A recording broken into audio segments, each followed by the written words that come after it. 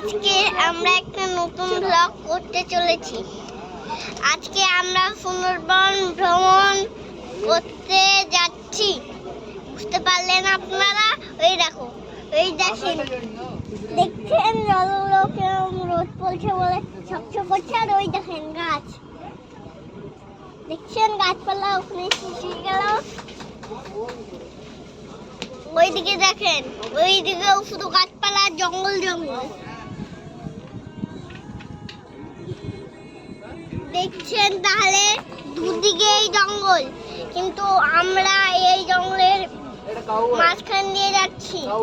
বাঘ দেখতে পেয়েছেন? আমরা বাঘ কালকে দেখে নিয়েছি চিড়িয়াখানায়। কটা দেখেছেন? দুটো। দূরবীন কি করবেন? দেখার জন্য নিয়েছি, দেখার জন্য কিনে নিয়েছি। যে কেমন লাগছে আপনার সুন্দরবন ভ্রমণ?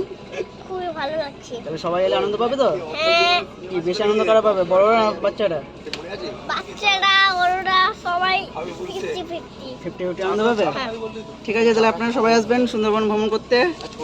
ঠিক আছে, দেখে আমরা লঞ্চে চেপে আছি। এই যে কত দর্শক হয়ে গেছে আমাদের লঞ্চে। দাদাদের কেমন লাগছে ভ্রমণ? খুব দারুণ, খুব দারুণ। নেক্সট বছর আবার আসবো আর এই হোটেলেই আসবো, এই লঞ্চের দিকে আসবো।